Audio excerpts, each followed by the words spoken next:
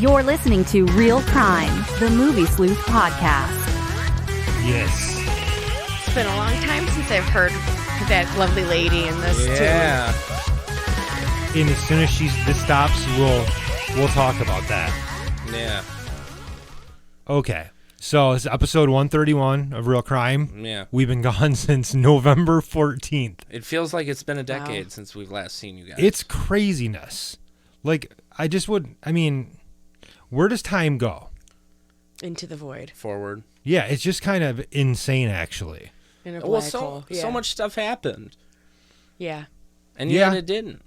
Right. It's weird. Just the stars were not aligning correctly for us to have. Yeah, and it's okay. Chakras were off. But we're here now. We're here now. We're back. And that's all that matters. It feels good to be back, too. Yeah. It's nice. And nobody's going to watch us tonight because they're going to be like, it's Thursday? Three Thursday months? night. Yeah. Screw you. Yeah. So anyways, when the music was playing, we talked for a minute. I'm actually having a new theme made for us. Cool. And it's going to have a new voiceover. Our friend Steve Green that was here like last year with us, he's actually doing a new theme song for us. Very cool. That's exciting. That's gonna be cool. Something different. You know, it's good to change it up. Keeps people interested, all that. Yeah. So we've been gone since November. And nothing really big happened. Like, no big movies. We missed nothing. Nothing. Nothing happened. Yeah. Nothing at all. Nothing. The Oscars didn't happen. Nope. We're still we're in a November time loop. Yes. This is November 22nd, right? It's like fucking Donnie Darko up in here right now. Donnie Darko. It's just still like it's Groundhog Day, but it's just like the middle of November. So what a shitty time loop to be stuck in. November. It's not hot. It's not cold. It's just like, shitty. Yeah. The only thing I look forward to is Thanksgiving. Yeah, but you never get Thanksgiving. Yeah. It just keeps looping to November 14th. November 14th. So you just keep talking about your favorite movies over and over again. So, gotta mention our sponsors, Flint Institute of Arts. They did re-up with us for a year, so awesome. We are good to go with them until like next January, I think now. Cool. And then projectorscreen.com, we're good to go with them for another year too. So make sure you check both of them out. They're both great places to visit and sites to buy stuff from. Yeah. So cool.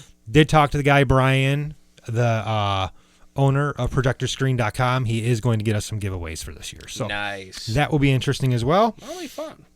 And news this week.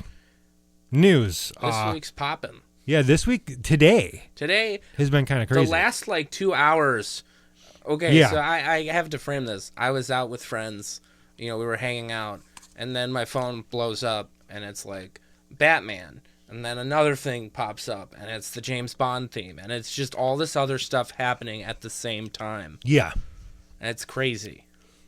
And that's the way we want it, though. Yeah, it's nice it gives us something to talk about and write about, because it was kind of dry for the last a few days. Yeah.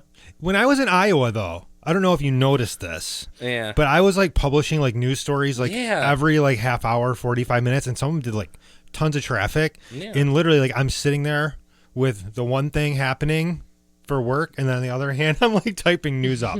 I'm like, hey, I'm working. So, and I'm posting. So, so there's rumor. Yeah, I talked to the guy about the thing. The thing? What thing? I don't know. My buddy Tom just said, did I talk to the guy about the thing? Why does it sound like a mob thing? Because it is. Yeah. It is what it is. So apparently there's rumors flying around that they're going to be doing a Spider-Woman live action film. Oh. I don't know how much I really rely on this, but hey. Yeah. It could happen. Maybe. And then Sony needs money, Other news story we published the other day was Sylvester Stallone is working in partnership with Michael Bay, who's going to be a producer on a new science fiction action film called Little America. Huh. Which basically sounds like it's Big Trouble in Little China mixed in with a bunch of different stuff. Oh, that sounds cool. Yeah. Stallone's always good in action movies. Yeah. And then Birds of Prey. Yeah. Yeah. Terrible movie. I disagree. I was okay with it. Yeah. Okay, but here's my framing. All of the DC movies to me, with the exception of maybe Shazam, I've been mixed. Mixed is the most positive I've been about them. and then I outright hated a couple of them. This was fine. This was watchable. I didn't want to like grab a knife and jab my eyes out. So that's like a high watermark for DC. Jared Leto wasn't in it. That was great. I didn't have to see his Ace Ventura Joker. It all worked out. It was great. How pissed do you think he is about Joaquin getting the Oscar? Oh, probably pissed. Oh yeah. Probably pissed. Yeah. He's gonna make Morbius his spite project. Yeah. Yeah. That looks horrible. Um That was Sure the will worst. be. That looked like the best trailer of 2003. the problem I had with Birds of Prey was it was like the hour and 6 minute mark. I got up to take a leak and I'm like, there's no plot yet. Like it's all just been like the It's exact very same flashy. thing. Well, Yeah. Suicide Squad was like that, where it's very much montages, and then you kind of go, "Where's the plot? Right. What's happening?" Yeah. And there really wasn't much of a plot until like the last 15 minutes. Yeah. And then it's like, oh, and then they just kill every villain and you're like, oh yeah, okay. That's fun. Typical formula. I wish it was more of the Birds of Prey. I liked Mary Elizabeth Winstead a lot. Oh yeah. Yeah, she I was love great. her. Huntress was She's cool. great. She deserves her own movie. I think everybody in the movie did a phenomenal job with what they were Yeah. given. It just feels Which wasn't kinda, much. It feels kind of rushed. I Yeah. don't know. It just felt like Suicide Squad 2 to me. In a lot of ways. Yeah. But all right, rolling on from that, we got some Batman test footage of Robert Pattinson in Batman cowl. Yeah, we did. And yes, it looks good. It's very much. Did you see that or no? No. Oh, It looks really good. Ooh. Yes, it looks good. very good. Yeah. You sound way too excited for test Yeah, footage. yeah. Like, yeah, I'm fucking daddy. It's test footage. Testy footage. Testy footage. Yep. But yeah, so we got the Batman test footage today. And then You had to not say testy. You were trying really hard. Yeah. This Batman testy footage. right. Bat testes footage. Bat testes. They're looking for lumps. Bat proctologist. There's something wrong with this bat. Now, what's going on here? I don't know. I don't know. I think that should be part of the movie. Yeah. Just a long scene. A Batman getting a physical. Yeah. You know, health Cough. screening is important. Health screening is important. Yeah. Representation Very matters. important. Yeah, you know, Batman is a real guy. He's not a mutant. He does not have superpowers. You need to Testicular see- health is Yeah. is real. Testicular fortitude is important. Oh, And it's I'm definitely not been 3 months. And I'm not sponsored by Big Testicle, so Yeah. you know it's legit. Big testicle. They have not. They don't own me. You don't own me, big testy. Big Testy. Oh god. It's a good thing you're not running for president. Yeah. All right. Yeah. And then, obviously, as we mentioned, the new Bond theme by Billie Eilish dropped today. It was pretty good. I guess I'm of the opinion that she's fine. I just like how slow and depressing it was. Well, I mean that's her music. Yeah. Yeah. but That's her style. it just kind of was like a funeral procession. Yeah. Like, it's better, I think they're going to kill him. it's better than Sam Smith's song. Yeah. Yeah. Anything's better than that. Well, yeah, but it's not a high bar to clear. Right, right. Okay. So, in new releases this week, we've got Sonic the Hedgehog, which I believe Michelle's going to review. And the one you're doing. Oh, the photograph. Yeah. The photograph. It was pretty good. Yeah? Did you enjoy it, actually? Yeah, or was that a Liam? Yeah, it was good. It wasn't a Liam. You know, I guess maybe. It was all right. Yeah, it was entertaining. Lakeith Stanfield is the main guy in it, and Issa Rae. I both like them. It was nice. Yeah, it was a nice little romantic drama. Yeah, It's Valentine's Day. You know, you go see a movie, get some laughs, get your heart broken a little bit, and they, you know, love comes through at the end. That's cinema, baby. That's cinema. Pure cinema. Oh, man. This 3 months have been a long 3 Yeah, months. you've been holding it all in. It's just until riff, now. riff. Yes, yeah, it's all right. You know in Beavis and Butthead, the no laughing episode, Yeah. when it's just like their face is like they can't laugh, and it's like red, it's like blue, like they're about to die. It's like that. That's how I felt without this podcast. Mm-hmm. So it's good to be back. Nice release. It's therapeutic. It is. Yeah, I think so. All right. So the at and the photograph, and then we're good. Suggested viewings. I'm going to suggest the new Netflix movie with Allison Brie. Horse Girl? Yeah. Oh, it was good. It was. Yeah. I really liked it. A total trip. It reminded, a lot of people said that I was off, but actually this movie did remind me a lot of Donnie Darko. Yeah, I see the Donnie Darko stuff. I also like that it's apparently semi-autobiographical. From what I heard, it's based off of Allison Brie's grandma.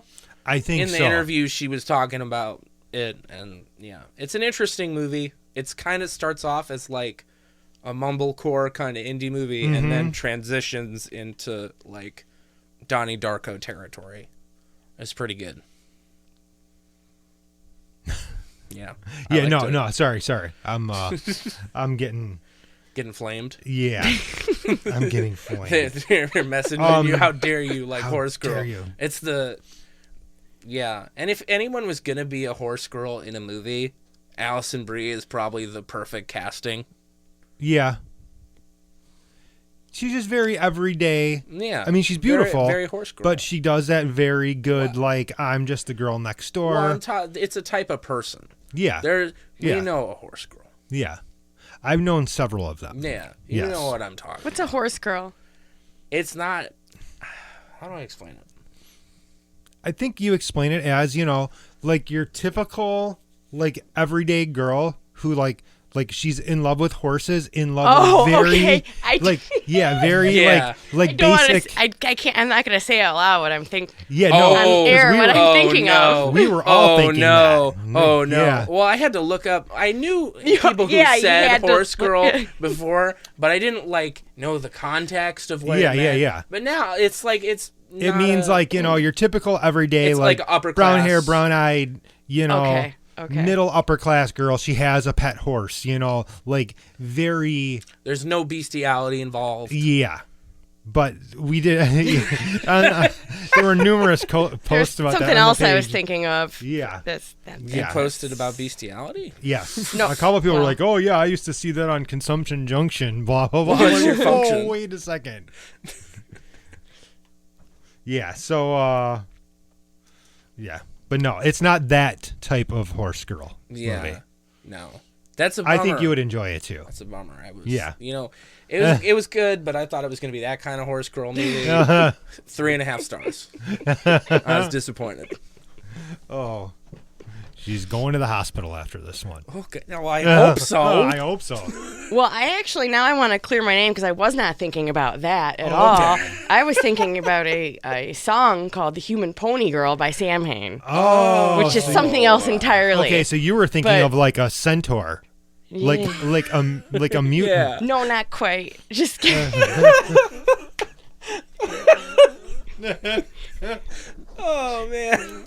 I'm not gonna say anything else. No, that's okay. fine. That's fine.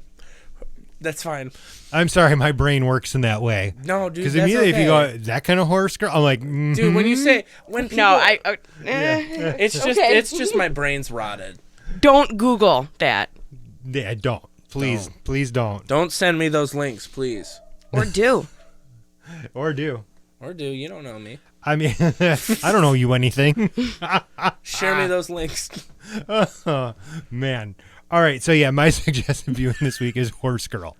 Not that kind of horse Where's girl. it streaming? My suggestion is Netflix. Human Pony Girl. Yeah. Pornhub?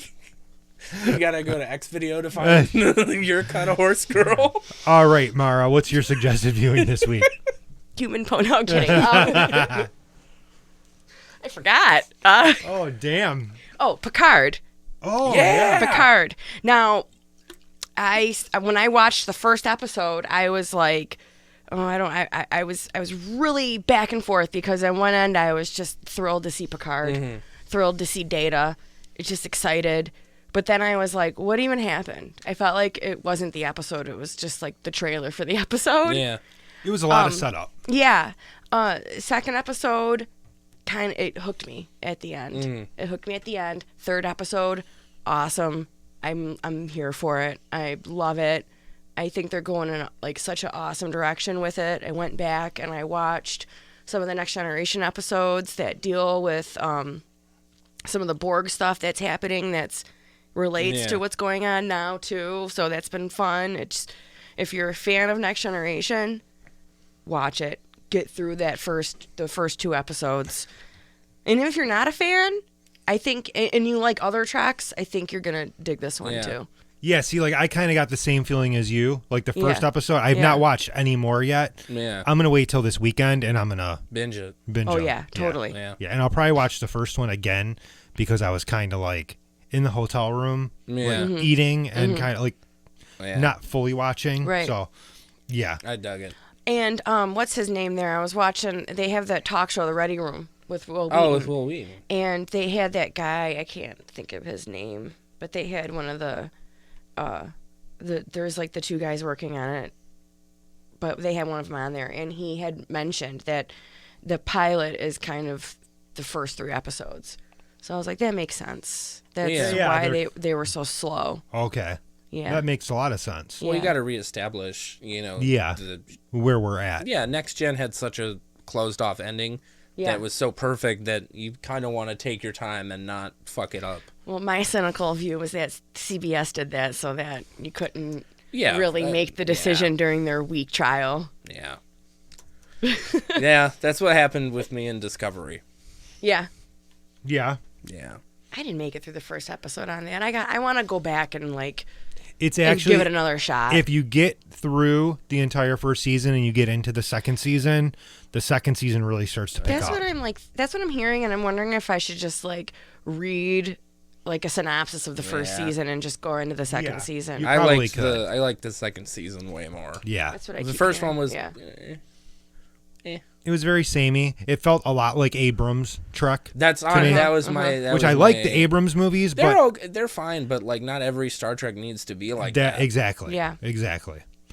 All right, so what's yours this week? Mine this week. Laughing Boy.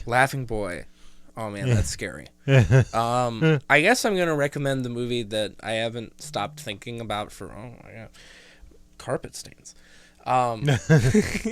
Is Uncut Gems. I've was bowled over by that movie. I've seen it 3 times now. I think the Safdie brothers are the craziest filmmakers in the game right now, and I think Adam Sandler does something so it will make you mad that he's not doing these kind of movies instead of the dumb comedies he's doing. I agree. Yeah. And you can still see some of what he did in the dumb comedies with that character. Yeah. Because he's so just out of control in Uncut Gems. But yeah. It's very stressful. It will make you very frustrated because this character is a gambling addict and he makes a lot of bad decisions. Especially, for me, it's a very nostalgic thing because he's watching the 2012 championships basketball, so I knew those games. Right. So when I saw those bets he was making, it made me even more frustrated because I knew it was going to happen. And it's a really, really wonderful movie. There's some interesting stuff going on in it. It's also got a great score. And you should watch it. It's still in theaters and it's going to be on digital on the 25th. Would you recommend it to someone who typically hates Adam Sandler? Yes. Yeah, I would. Yeah. Yeah. Because I'm not a Sandler fan at all. Yeah. Even that speech he did when he was accepting that award that everybody loved, I was like, oh, you're grating on me right now.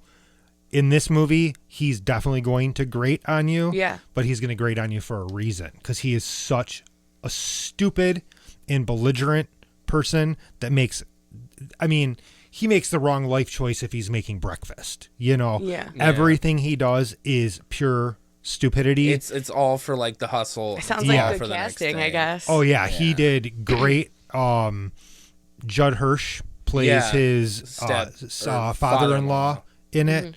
The cast in this movie is amazing. Yeah. Yeah.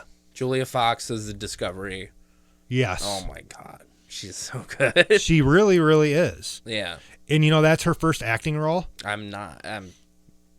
She went from being in Penthouse to that. Yeah. And super talented. It was great. She's phenomenal. And actually, I would say she's almost as good as Sandler. Yeah. She carries almost as much of that movie as he does. So they got an interesting dynamic in it. Yes. All right. So we're done with Uncut Gems now. Yeah. All right. So we're going to talk about some of our favorite movies directed by female directors tonight. And, we've kind of put this off a few times. This was what we were going to do months ago before we kind of fell off the wagon.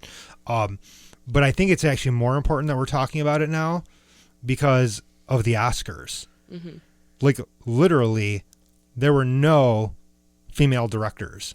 There's only been maybe 5 or 6. Yeah. This year, though, there were no female nominated or none nominated. One nominated, one writer. Or 2 writers. And there were no Best Picture nominees by any female directors either. Little Women was. Oh, yeah. Okay. So one. Mm-hmm. One of them. So I think it's important we talk about this. Especially in a year of movies where some of the best ones that have come out this year have been were directed by women. Yeah. Yeah. Is bullshit. Yeah, it's kind of crazy how it's skewed like that. So, I mean, well, we know why. Yeah. It's because there's mostly old white dudes in the Academy. Mm-hmm. Yeah. Agreed. Green Book would not have won if it was with women or people of color. Right. And you know what else too? Kind of unrelated, but sides. Next to it, we're in the middle of Women in Horror Month. Oh yeah. So that celebrates women horror. Good idea. Yeah. Horror filmmakers. Good call. Yeah.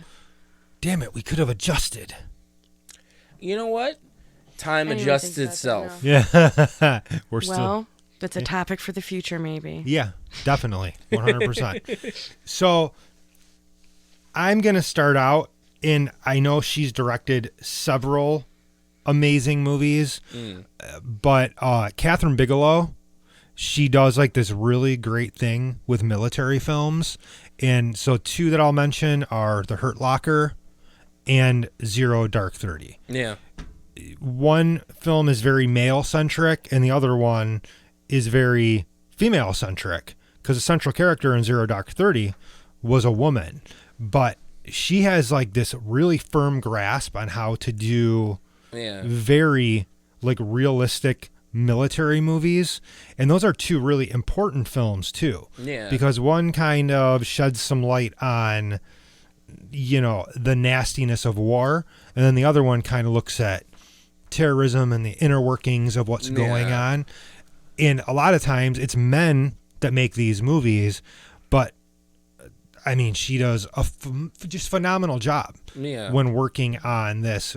We're in the Middle East and shit's getting fucked up, and she just has great control of that type of storytelling. It's very precise. What I'd say about Zero Dark 30, it's interesting because you mentioned that a lot of these movies, military movies, are made by men. Zero Dark 30 is a movie about a woman trying to hide off and cut off the feminine stuff. Yeah. To really be in the war on terror. How much you sacrifice for that kind of movement, that kind of thought. It's a very interesting take on that sort of material that you don't really see. But I love that character, and I think about the last shot of that movie a lot. That was Chastain, right? Yeah, that's just Chastain. I mean, she's just powerful. Yeah. Across the board. I've never seen her in a bad role, but Zero Dark 30, it's just so gritty, and the things they're showing in this movie are real things that happen, because they were so concerned when that film got released. The government was scared of what is this movie going to show, and what are people going to learn about the way we treat terrorists and everything. And Catherine Bigelow took a big risk putting all of that out there. So I think, she's a risk taker as well. I think her movies have a very lived in kind of real feeling to them. They're tense. They're kind of grab you by the throat movies. I think about The Raid, when they finally go in to find Osama bin Laden, and it's almost entirely shot from night vision. Yeah, it's all still grainy, green, and it's amazing. It's a great sequence of film. Yeah. So she also did Near Dark in the 80s and Point Break. Yeah. So, I mean, great vampire film too. Yeah. So she kind of runs the gamut. She doesn't really stick to one thing, but everything she does, it's very And she's a history detailed. maker. She's the first woman I think she's the first woman director to win the Oscar. Did she win for Zero Dark 30? She won for Hurt Locker. And Oh, she, that's she right. beat out her ex-husband, Beat too. up Jimmy Cameron. Yeah. He's such a douchebag. That was great. That was one of the best Oscar. That's one of my favorite moments. Yeah. You know, I didn't even Oscars. see The Hurt Locker, and I honestly don't have any interest in seeing it, but I really liked that. It was great. Yeah. That must have been a fun award season. You have to run into your ex-wife. Or, in her case, you have to run into James Cameron. What was he nominated for that year? Avatar? Avatar. Yeah. That was nominated for Best Picture? Yeah. Dude, just fuck my life. Seriously. Like, Well, you have to remember, this was like 11 years ago. Yeah, that's forever. They weren't but- these like big bloated CGI blockbusters that happen now. Like if you released one of them to that like in 2009, they'd be like, "What the fuck?" Yeah, this that is was impressive. That was like a huge event, and that was No one gives a I shit remember. now. Yeah, that's movies like that are a dime a dozen now. Yeah, and like, he's still making the sequels. he's making 5 of them. Yeah. What? I thought that was just never gonna happen. No, still like, working on them. That's like he did Wow. like a Bender of Coke. yeah. He's like, yeah, we shot 5 Avatar movies. We're never gonna stop shooting Avatar movies. I was the on a rest of my Coke bender life the entire is time." Avatar. He's like scratching his throat. And he's like, come on, Fox, give me more money. Give me it. You want Avatar Land? I'm gonna give you Avatar Universe. It's all Avatar. You're gonna all be Jake Sully. We're gonna go get unobtainium. It's gonna happen. It's that level of manic. All right, it's Mara's turn. Yeah. I'm taking the soapbox away from you. Yeah. That's fair. Go for it. Okay, I'm gonna go with someone who I kind of want to dip into 2 movies on too, and that's Penelope Spheris. Oh, yeah. And Yeah. now the my favorite one that she did is Wayne's World. That's probably one of my favorite movies of all time ever since It's I a classic. was like 9 Yeah. years old and I first saw it. And then the other one that I love is The Decline of Western Civilization. And I like part 2 because I like metal more. That's the metal years, So right? yeah. So that's Ooh. the one that like I got into, but I don't even think I've saw part 1, and I don't think I've seen part 3 either. But I've heard good things about them both. They're entertaining. I've seen all of them, and honestly, probably part 2 is my favorite. Yeah. Because of the dude from Wasp in the pool. Oh yeah. Yeah. Oh yeah. Yeah. There's unforgettable scenes. Ozzy. Yep. I mean, some of the Lemmy is in it, and he's awesome in it. Just there's a lot of sadness in that movie. Mm-hmm. And I mean, I think some people kind of had problems with it at the time because of, I think they thought that she was kind of showing a dark side, too dark of a side. Mm-hmm. And I mean, she didn't really show that much nice about it, so I guess I can see that. I don't think there was that much nice to say Yeah. because, like, how we discussed on the Motley Crue thing, Yeah. like, it was just like debauchery. Exactly. I mean, and just dudes like running rampant, just taking advantage and fucking and pillaging and doing whatever they wanted or could. And it's like you look at it and you want to laugh, and some of it is kind of funny, but it does kind of get into the realm of like, oh boy. Yeah. But it's put together just really well. It's really good, like fun to watch, even though it is disturbing. And then she did Suburbia too, which is kind of like the fictional punk Right. take. It was a Roger Corman movie, so it was a little exploitative. It's kind of like, very sensationalized, the stuff that happens in it, but Flea's in it. Yeah, that was the one with like all the punk bands and kids getting stomped in the pit. And Yes, shit. Yeah. yes. And then and in Wayne's World is kind of funny because that's kind of like the fictionalized part 2, but more light. In kind of like comedy Yeah. instead of Yeah. because Suburbia, I remember like when we used to skate, like hanging out with a bunch of skinheads and like that that's their favorite movie. Yeah. I'm like, okay, Yeah. it's brutal. Yeah, you know? that is a brutal movie. Yeah.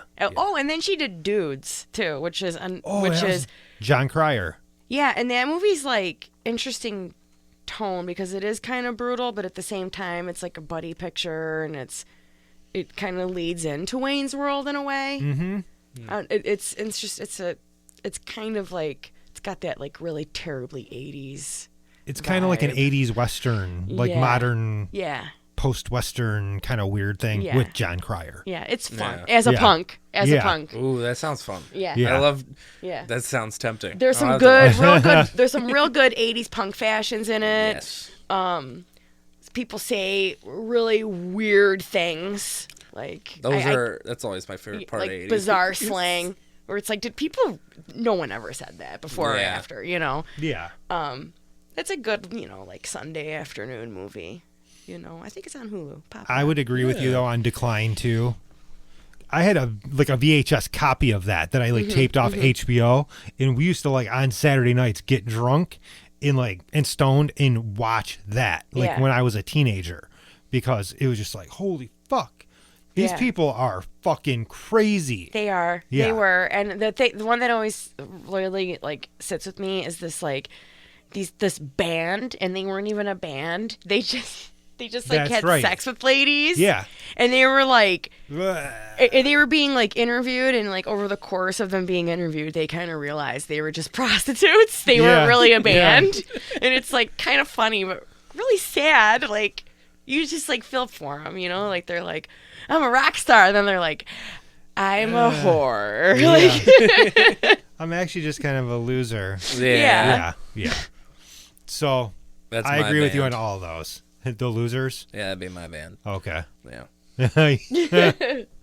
All right, what you got, Liam? All right, so I'm going to go with one of my favorite movies. I love Amy Heckerling, and I think Clueless is just one. Hell, yes. Yeah. And it's also because, one, because it's a great movie, and two, her daughter follows me on Twitter, which is very, very weird. That's awesome. But I just think it's so funny. It's so smart. It's it's a teen comedy that treats the teens like actual people. A lot of these movies sound like adults writing kids. This actually sounds like real human beings. And Paul Rudd, I mean, come on. He's adorable. He is. He's adorable. He's always adorable. I don't know. Not in Wet Hot American Summer. Yeah. I haven't seen that in forever. He's a total dick in that movie. Yeah, he is. He plays that real good. He's hilarious. Yeah. Clueless was on my list too, though. Yeah. Well, I watched that again because I got the bundle with Mean Girls on digital, and I was like, might as well watch both of these. I had a good time. It's a nice Saturday movie. I looked to see what Amy Heckerling has done recently. Not a lot. She did some vampire movie in 2013. Oh, I'm trying to remember. I know which one it is, and I can't remember right now. It's got the she's the daughter of the woman who was in Howard the Duck. Yeah, I know what you're talking about. Yeah, I know. She was in the new Zombieland. Yeah, I know what. I can't remember her name, and I feel very bad because I do. You should. I like her in movies, but she's in she'll just pop up, and I right. She looks like there's 1,000 of these little brunette. Auburn white girls in these movies. They all look the same. I can't remember things. But Clueless is a really great movie. It is. Yeah. And I consider that to kind of be a modern classic now. Yeah, oh yeah. Totally. Yeah. I mean, the fashion in that is unforgettable. The lingo became things people said. And the soundtrack too. That was another one of those 90s soundtracks. And it's so weird how Alicia Silverstone was so big with that movie and then faded. Yeah, she did. I mean, she was in the Batman. Oh, that's right. Yeah. I can't remember which one. Batman and Robin. Batman and Robin. Yeah. And then she was in the Crush. No, that was earlier. Yeah, that was before Clueless. Yeah, she just kind of sputtered out, and I don't know why, because I did think she was a really good actress. I thought she was in some Yorgos Lanthimos movie. She was in The Killing of a Sacred Deer. Yeah, she's done a couple things, and I know she was on TV for a couple things too, but she just reached that pinnacle and then just kind of whoop. She did. She I don't know if she wanted to quit or just wasn't getting the jobs or what. But yeah, you're right. Yeah, or maybe she just wanted to be a mom or not be that famous. Being in the industry probably sucks. Yeah. Well, also with Amy Heckerling, I think of Fast Times at Ridgemont High. Yeah. Which is, That is like the ultimate 80s flick. It is. It's interesting that she did both the ultimate 80s flick and the ultimate 90s? 90s flick. Yeah. That's I know. amazing. I know that's skill right there. That she was able to come back and like do it for the next generation. Yeah. Because I mean, I saw Fast Times and I was like, meh, whatever. I don't. Yeah. I think it kind of is over my head at the time because it is of its time. But I mean, Clueless. I wasn't even like that type of kid in the 90s. I was grunge and into hard rock and everything, and I did not really relate to those types of people. But I still liked that movie. That movie still got the 90s. Yeah. All right, so I guess that means it's me next, huh? You. Yeah. So I'm actually going to go with another movie that is absolutely male-centric and really makes men look like the total shitbags they are, and it's directed by a woman. American Psycho. Yes, that's on my list too. Yeah, Mary Harron. Like, I mean, she gets it. Like, I mean, the way she gets into the psyche of these, Kinda Wall yuppie. Street yuppie dudes, like, you're watching that, and I've never been a scumbag like that, but she gets it. Like, she understands how to make good, like, male characters, and yeah, they're all shitbags. I mean, because like Jared Leto's character is a shitbag in that movie. He's tolerable in it because he's only in it for like 5 minutes. Yeah, but it and I'm finding that like with the ones we've already picked out, like these women, it's all like they're almost better at directing and creating male characters than men are, because like they've been on the receiving end of so much bad stuff from men that they're like, ha ha ha ha ha. Yeah. It's you just put that bad shit in a movie. Well, the men don't want to hold up the mirror to their own bad behavior most of the time. Not all. Well, not all the Hashtag time. not all men. Yeah, but not me. Not me. I'm a good boy. Present company excluded. Yeah. You two are good boys. For the most part. Yeah, I'm okay. A gentleman's 6. My mom gives me a kiss on the cheek. I must be pretty good. Says I'm pretty cool. She wrote it in my underwear. Says I'm pretty cool. But yeah, American Psycho, like you would almost think that's like a male horror director directing that movie, but it's not. It's a woman like really taking hold of what she's given and just like full throttle running that thing into the wall, because that's most of these movies we're mentioning, these are like really, really good movies too. Yeah. Across the board. Just well crafted, well written, well scripted, and that script especially is really sharp and really funny. Great adaptation of that novel. If I don't know either one of you have read it, but yeah, Bret Easton Ellis. It's a good one. And what was the Less Than Zero and Rules of Attraction? Rules of Attraction. That was a hard one. I haven't yeah, that read was a any of hard his one new to ones. watch. I never saw Less Than Zero, even though it does have the Danzig song on it, so I'm very familiar. You with the have to see soundtrack. Less Than Zero. It's pretty good. Yeah. Robert Downey Jr. is really, really good in it. It's and not. what's happening is real. It's in the not movie, faithful to the book because if they were, it would be about the studio head's kids. So that's not going to happen. But it's a good movie. But yeah, so American Psycho, I don't really know what else to say about it, other than Another classic. great job. Another classic too that people just quote. There's memes and screenshots of Patrick Bateman. It's It's always the card scene. There's Oh, so yeah. many people who've Yeah. done things with the card scene. Like it's either like Pokemon cards was one of them. It was just that scene that has stood hilarious. the testament of time. And it's just a great, also really great ensemble on that movie. Oh yeah.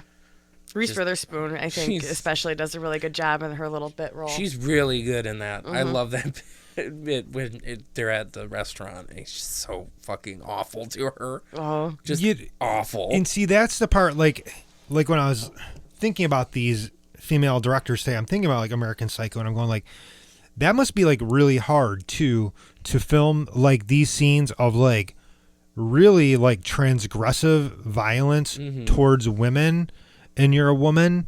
Wouldn't that be like hard to like film those like really like bloody and nasty scenes? No. You know, no. Okay. No, you're like no. Immediately shot that down. Okay. Because it's like, you know, it's hard for a man because men don't want to see themselves in that way. Right. Okay. I don't think I think that kind of introspection is you know, there's some directors who could do that, but I think with American Psycho, it's better that it's directed by a woman. Oh, so do I. Yeah. Yeah. I think there's just, it's, you know, you don't want to get like, there's some guys I know who'd like, you know, maybe we don't have like him naked with a chainsaw screaming.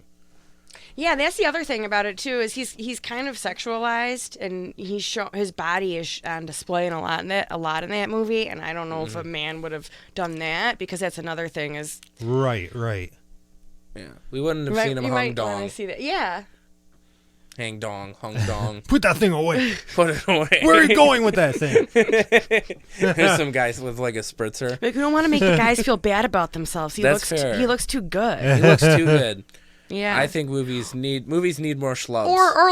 Or I could see like a toxic man who would make the movie would maybe like sympathize with a Patrick Bateman, but we don't get that in that movie at all. And you know, when you read the novel, I don't think you're supposed to get that. No, it's pretty horrifying to like read what he's describing, and then he'll start like reviewing a CD. Yeah, it is. It's like just it's disturbing in a way that is really, I think, was really difficult to like convey on screen, but it was done. Well, because there's a disturbing nature of it, but it's also kind of hilarious that like he's murdering someone with an axe, and he's talking about Huey Lewis in the news. Yeah, and he's talking about like sound quality. Yeah, as you're killing somebody. Yeah, it's just so mundane to him. It's and so normal casual and normal. Like he says, I work in murders and executions. With like the same way someone just introduces themselves at a bar. Yeah. Yeah. All right. Off American Psycho, Mara. That's one of my favorites. Yeah, me too. Me too. Okay, I'm going to bring it up into this decade. And I'm going to go with The Love Witch, which was directed, written, edited, produced, production design, costume design, music composed, all by the same woman named Anna Biller, and that movie is a work of art. She painstakingly did all of those things that I mentioned, and the aesthetic of it is just beautiful. It's unique. It has like this really weird, other timely vibe where it's kind of like retro vintage, but I think it takes place in present day. I think it does too. Yeah, it's so weird, so blurred. Yeah. It has that fog over it, kind of like what they used to do to like Sybil Shepherd in Moonlighting. Whenever she'd be on screen, they'd put this like kind of haze all around the border of the screen to make it. Well, it's also that kind of like looks like they shot it on 16 millimeter. Yeah, it's dreamy. It's grainy looking. That look. I did get like a little like weird towards the end where I was like, I don't know what's going on. I'm getting a little bored. And then it ended, and like then I was like, I don't care because it was just like such a delight. Like the whole thing coming over me. It was just so good. So if you haven't seen that, see that one. Yeah. You know, Kyle loves that movie. I really liked The Love Witch too. That was fun. It's a really unique movie. It's like you don't really, I can't even, I want to compare it to like a 70s horror movie, but it wasn't really like that. It was its own thing. Yeah, it's like weird. Like when I was watching it, I kind of thought like kind of has like that I Dream of Jeannie like texture or feel to it with some of like the dialogue and stuff, but it really wasn't. Yeah. But does that make sense? It does, because it was kind of like it reminds you of something, but then you're like, what does this remind me of? It's got a kind of camp quality. Yeah. Yeah. It is very campy. Which is I love that. Yeah, that movie was like when I saw that, I wanted to like meet that girl because I was like, wow, I feel like this is kind of like a movie I would make. I loved it. I could see you making that movie. Yeah. Mm-hmm. What's up with you, Liam? Okay, so this one's from 2016. It's a French movie. It's called Raw. It's directed by Julia shit. Ducournau. I'm butchering her name. I don't speak French. I'm sorry. French fries. Who cares? French Whatever her dressing. name is, she made a fucking awesome movie. And it's the premise is it's this girl. She's a sworn vegetarian, doesn't eat meat, doesn't do all this, and through this like hazing type ritual at her like college. Yeah, her sorority. It's like a sorority. She acquires a taste for human meat. Ooh. And it's very colorful. It's very just insane. It's a great central performance. I'm on Letterboxd right now. I'm gonna find out what this girl's name is. But yeah, Gareth Mariller.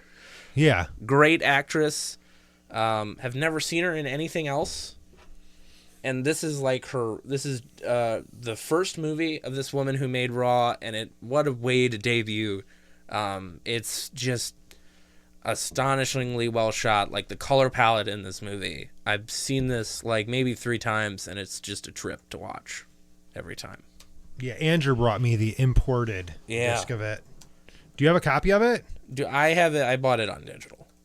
Okay. A friend recommended, like, I rented it, and then I was like, oh, this is really cool, and I bought it. I gotta see this. I have the disc. You can borrow it tonight. Thank you. Remind me to give it to you. I just love cannibalism. And she's at veterinarian school, which is like another part of it that's very, Oh, very, yeah. That's right. That's creepy. Yeah, it is. It's really, this movie is creepy as shit. It's stuck with me. I saw this like 2 years ago, and I think about it often. I've watched like a bunch of really bad movies this year so far, so I need to turn it around and watch a good one. I watched what did I watch the other night? Oh, that remake of Rabid by the Soska sisters. Was it bad? Well, I root for them. I think so they're cool. since we're talking about female directors and we're talking I about best like ones, those two. I will say I like the Soska sisters. I loved American Mary. Mm-hmm. When that movie came out, I interviewed them for American Mary, and I also interviewed Catherine Isabel, who is just one of the sweetest girls ever. Like, just totally cool. She was kind of coming up, like, previous to doing the Hannibal series and stuff.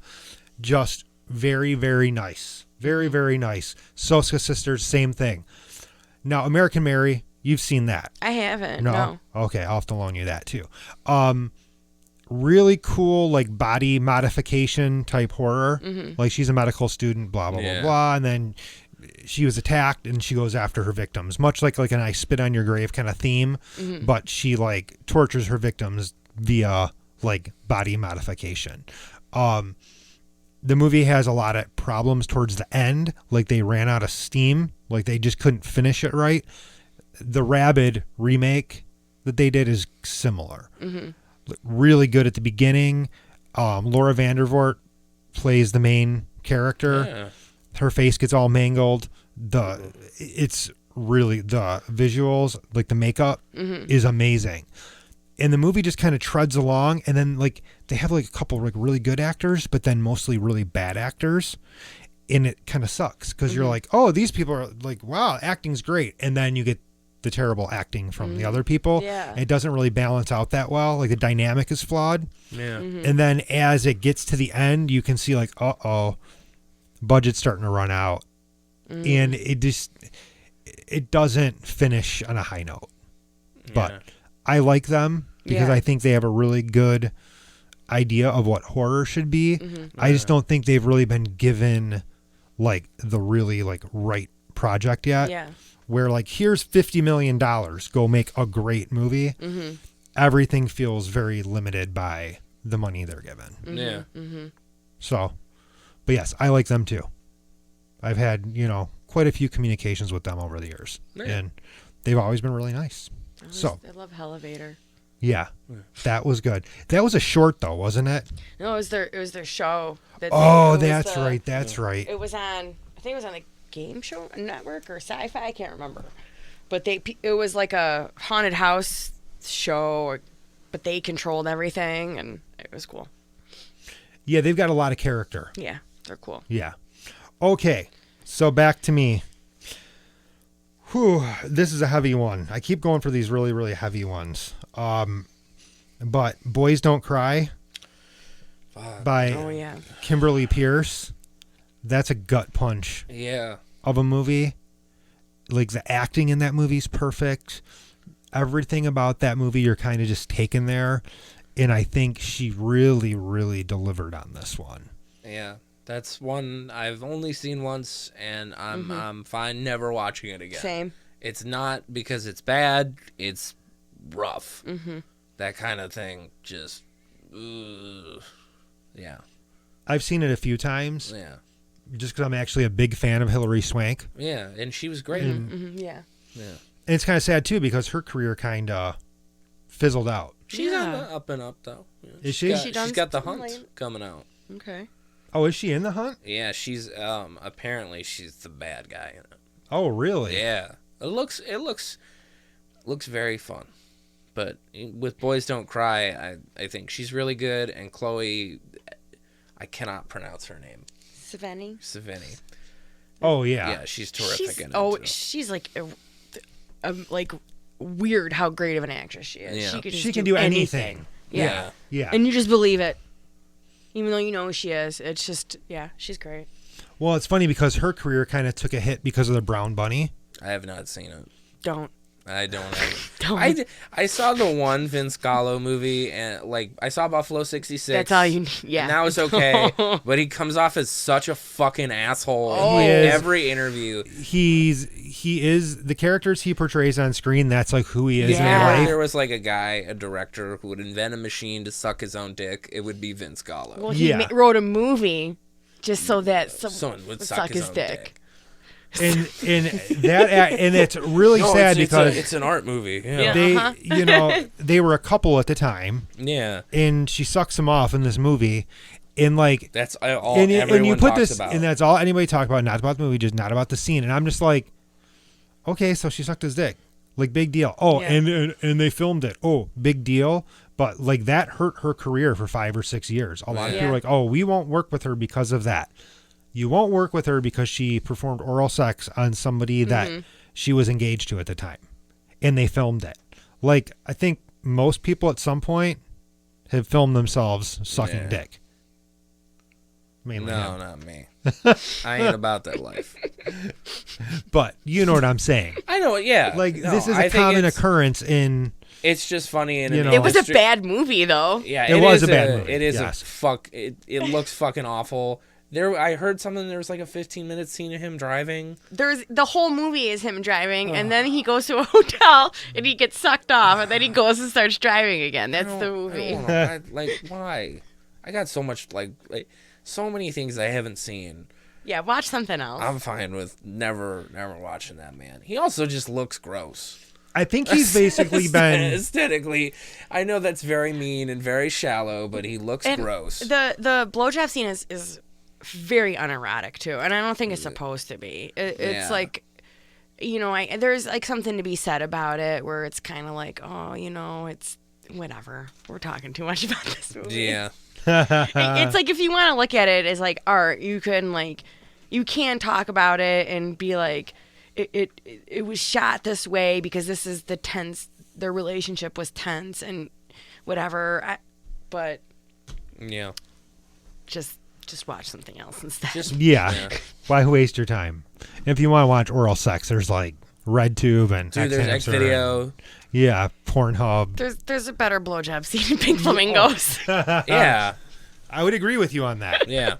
Yes. So anyways, back to Boys Don't Cry. Man. Very hard watch. What a weird sidetrack. Anyway. Yeah, Yeah. I know. It's just because this movie's depressing. Yeah. it's like it bums Our me brains out. were like immediately Yeah. finding out. It was like I saw it and I was like I cried. It was I did so too, that was yeah. so rough to watch. I know. I was like, why did I do that? I was like, why did I watch this? I was having like a good day and I watched it. And then it just ruined the rest of my day, which is a sign of how strong a movie it is, and wonderfully directed and wonderfully acted. But like it hurt. It felt real. Oh yeah, for sure. Mm-hmm. Yeah. All right, sorry. Moving on. Moving up. All right, I got a few on my list. I don't know what to pick here next because I don't think we're going to get to them all. But okay, I'm going to go with Persepolis, and that is directed by and I hope I don't ruin this woman's name, Marjane Satrapi, and it is based on an autobiographical graphic novel that she wrote and illustrated too. So the movie is an animated movie, the same exact like art style and everything, and it's very, very true to the comic itself. It tells her story of living in Iran in the 80s as a teen and the environment there, how it was, and what I remember very specifically is that she's like a metalhead, and it's it's like illegal, and she gets an Iron Maiden tape, and it's like cute but like upsetting, and it's one of those kind of like adult animated movies that I've seen that's really like just, it wasn't adult for the sake of like, oh, they said fuck. Or, oh, it was just cartoons being gross. It was, like, real and heady and progressive and interesting. Yes, yeah. It's a good, like, look, I guess, into another type of living, I guess. Yeah. Something that, you know, as an American, I'm not used to, you know. It got quiet. Yeah. And that's all I have to say about that. Oh, okay. That's that. That's all I have to say about that.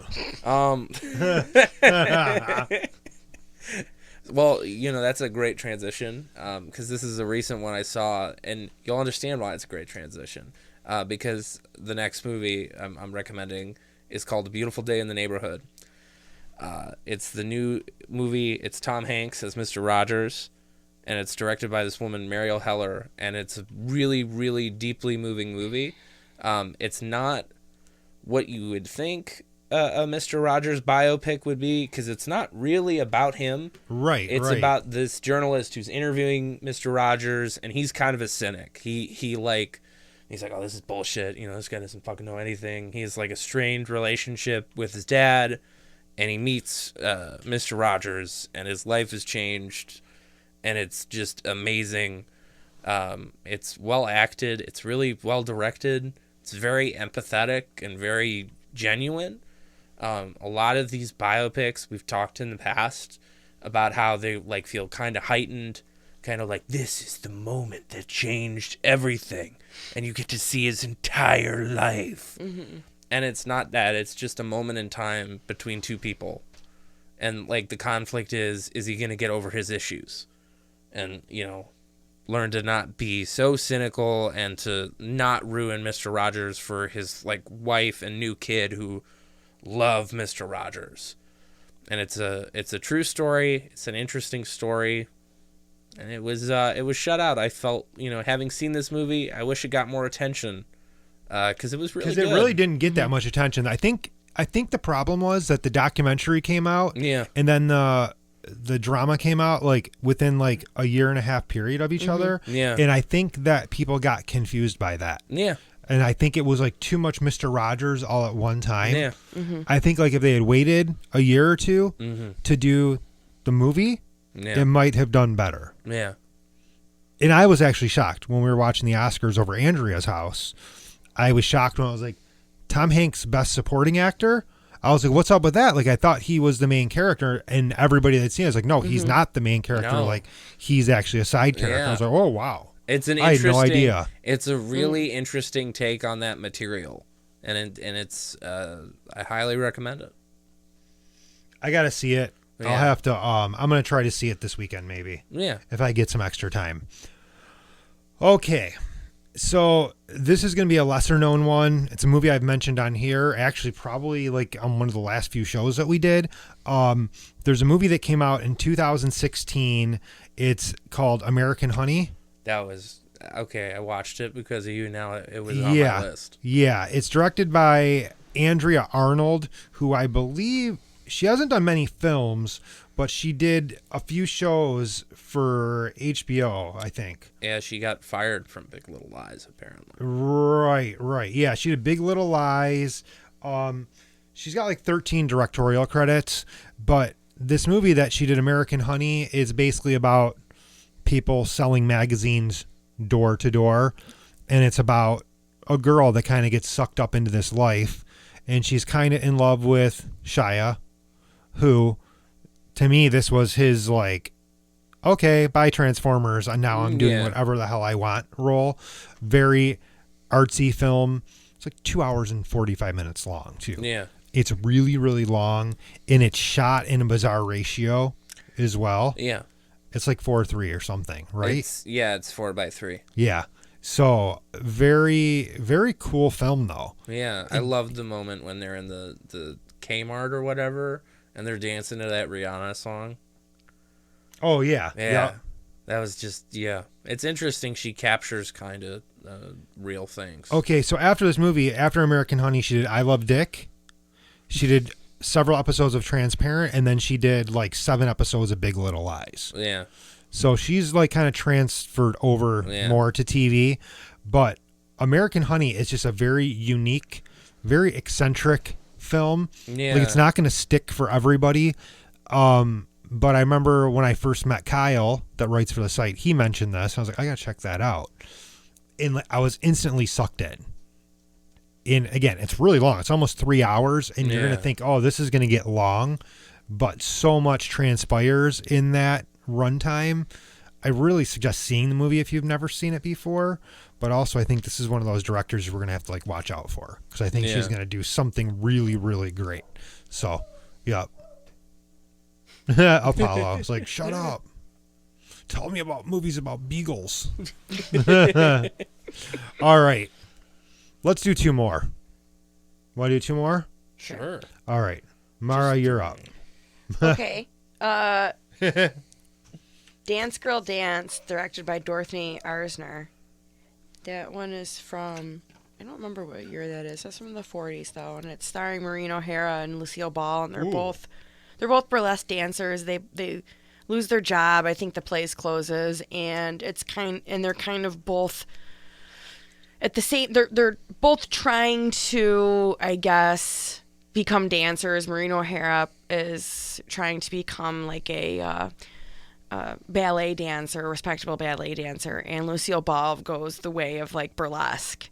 And so they're both doing that, and then they're both like kind of after the same guy, but like not really. And it's just a really unique story, and it's unique, I think, at the time because it's told kind of like from the woman's point of view, and they're not really 100% like involved in like trying to get the guy. Like he's there and they like him and he's kind of going between the two of them, but they're more concerned about both of their like standings in life and how they're gonna make it on their own with him or without him.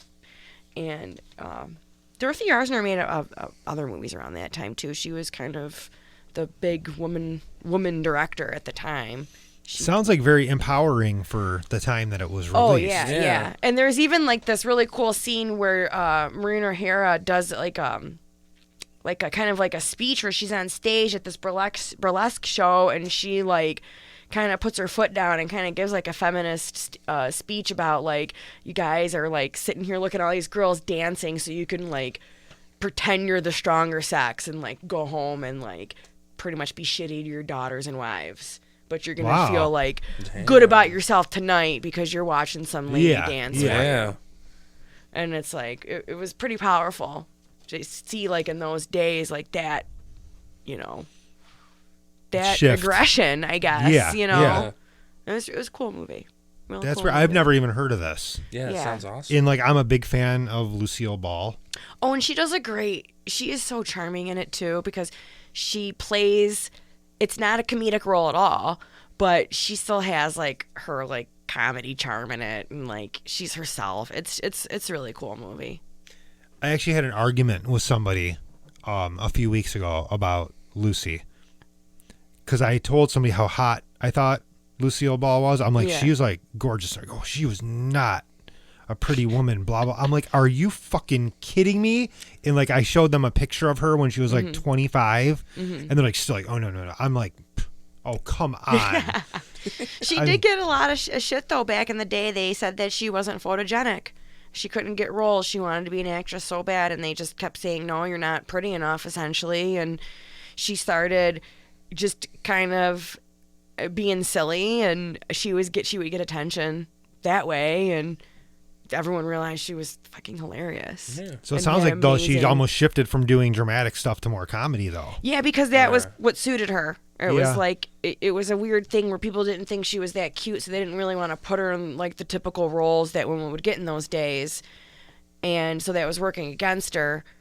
But if she was just being herself, it was getting her attention. It's so funny how things have changed because now it would be like, oh, she's so funny. Let's put her in a really dark, demeaning, dramatic role. You know, because Let's that's just see. yeah. Let's Yeah. see how she does with this, and she would kill it. Oh yeah, I think she Yeah. would. Yeah. Yeah, I gotta check this one out. Yeah. All right, Liam, you get the last one tonight. Oh man, this is tough. So I'm gonna go with a favorite of mine. I have seen 2 of her movies, and it's Jennifer Kent. I saw The Babadook, and I saw The Yeah. Nightingale. Oh yes. Oh, That was on my list. The Babadook. The I've seen the other one. The Babadook is, I think, one of the best horror movies about trauma. Yeah. Oh, fuck yes. It was really good. It's very like, I know there are people who have issues with it.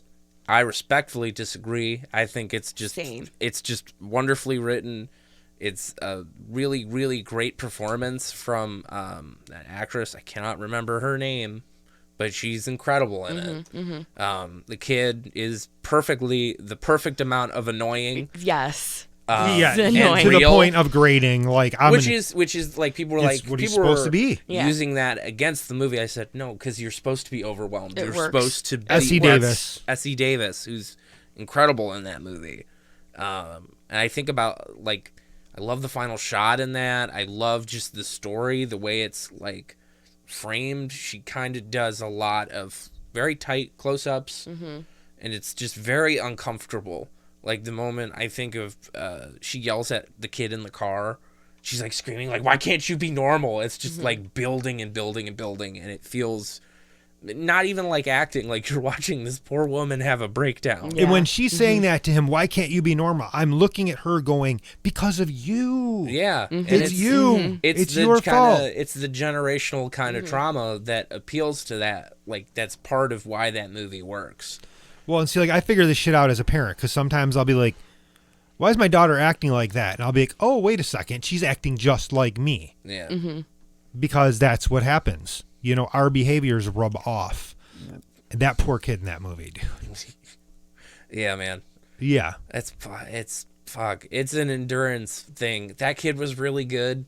Like people were saying he's bad. No, he was really good. That was the pitch perfect note for that movie.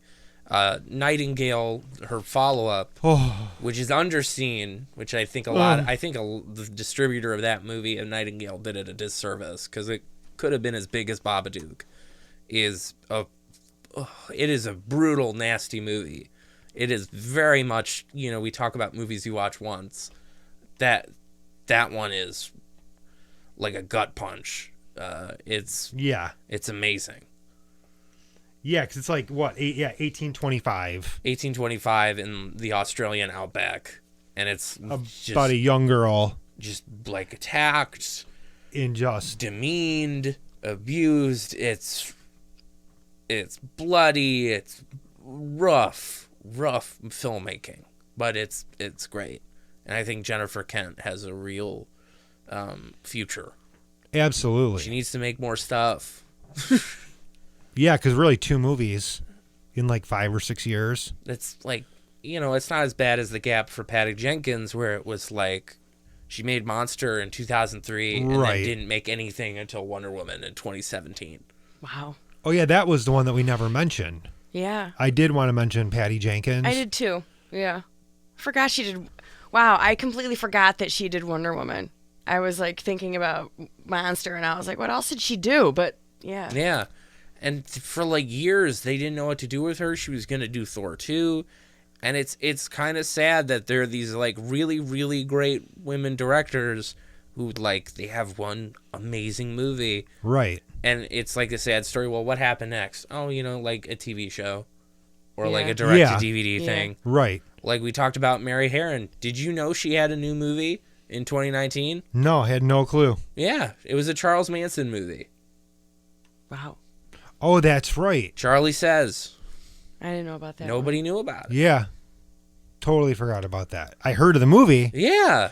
but had no idea she did it. That's just a bummer. It's a bummer. Like, you make something as distinct as, like, American Psycho or The Babadook, you think they'd be, like, throwing the kitchen sink at you. Yeah. I know. But yeah, Patty Jenkins, like, you go from that to Wonder Woman, and it's like, oh, like now you have like a female director directing a woman in a movie that's totally about female empowerment. And like, to me, like Wonder Woman, like, sorry, DC, like that and like Shazam, like those were the ones. These that have been got like it. the standouts. Like Wonder Woman, like I'm comfortable. When that movie came out, my girls were a little bit younger, and there was nothing in that movie that I felt awkward showing them. And like, that's really cool. Because in a lot of this, even superhero stuff, it's very male gazy. Yeah. And like, I was like, oh no, this is like what you want to see. Like we watched it on like Christmas or something, you know, and they all loved it. So. Yeah, it's just a bummer. People, you got to hire more people. You know, there are these hacks who get like Sundance, who get like Spider-Man or Jurassic Park. Right. And like these women who make incredible movies get nothing. You got to do better. Or like even like Jen Wexler, who did The Ranger that we saw at South by Southwest. Like the that was like her first feature film. It wasn't great, but it was kind of like an 80s throwback. Like I want more of that, you know? They need to like spread the wealth and not always be dudes doing it. The first narrative film ever shot was directed by a woman. What was it?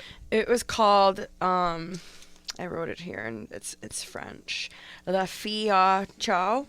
I probably butchered that, but translated, it's The Cabbage Fairy. Okay. From 1896. The director is Alice Guy Blash, and she did other things too. She was probably like the only female film director for a really long time, but she started working for the Gaumont company, the camera company, and she was a secretary for the Leon Gaumont, and she just learned everything about the business. She knew more about the camera than anyone else, so she directed the first narrative. That's pretty sweet. That's awesome. It's lost now. You can't see it. Yeah. But, Pretty cool. So it's just weird to me that it's like, there we are, the first narrative ever shot is directed by a woman, yet here we are, 140 years however later. many years later, and we're like, a lady filmmaker. By golly. By golly. Ladies can't make picture shows. This Wonder Woman, it'll never last in this picture business. We've always been there. We've always been in there making movies. So it's, you know, it's odd. It's that been that not even just directing, editing too. Oh yeah, that's like, I think the more like stereotypical women's job is the editing. Well, I mean, the great Thelma Schoonmaker, Marty Scorsese's editor. Or what's her name? Who is it? The same one who does for Quentin Tarantino, or who did? She Sally passed away. Menke. Yeah, there you go. Yeah. Well, and let's piss off all the fanboys. One of the most powerful people in Hollywood right now is a woman, Kathleen Kennedy. Like, in literally, people give her so much shit about, oh, you know, she took over and blah, blah, blah, and she's ruining Star Wars. Hey, you know what? Why don't we stop for a second and talk about how the fact she worked with George Lucas from like the 80s on. Yeah. She was like always there for Indiana Jones, for Star Wars. Well, you can look at her all filmography. Of those movies. Look at the stuff she produced. She produced in the span of like 20 to 30 years Jurassic Park, Schindler's List, Indiana Jones, fucking everything, dude. E.T., every Spielberg, every one of those fucking movies. A woman was there. And she would call Spielberg out on his bullshit. There's stories about this where she busts his chops, rightfully so. Is she the one who stopped them from making yes. What's her name? Like 13 in Indiana Jones? Yep. I think she's also the one that like put the kibosh on the E.T. sequel. for good reason. For good 'cause reason. That would have been fucking horrifying. I didn't need an E.T. horror movie. Oh my god, the first one was horrific enough for me as a child. Oh my god. It's freaky. Yeah. They're like, let's do a sequel to Jurassic Park, but it's a musical comedy. That would work better. Maybe. Well, it'd be better than Dancing It'd be better than Tyrannosaurus. Fallen Kingdom. Hello, my baby. Baby. Hello, my darling. Hello, my ragtime girl. Yeah. Bring back Laura Dern and Jeff Goldblum. Yeah. We got a musical and we got a stew cooking. Yes. All right. We're going to cut and run a little bit early tonight because I think we're all running out of steam. Yep. Because we're building the muscles back up. It's Yeah. gotta. Yeah, I got to It's a stretch. workout. Got to kick. Got to stretch. And I kick. That just jumped. Do you remember that from SNL? Yes, I do. It just peaked. I'm It just- 50 years old. It just peaked on the thing. I know. It just shot up so right when you did the kick, Yeah. it just went whoosh. Yeah. It spiked. I'm a bastard. That was beautiful. All right, we'll be back next week with something. Not sure what yet. Yeah. It'll be good, though. It'll be better than hanging out with you all night. And it's ladies' night, and the field is bright. Oh, All what right. a night. Good night, everyone. Visit us at www.themoviesleuth.com and find The Movie Sleuth on Facebook, YouTube, Twitter, and iTunes.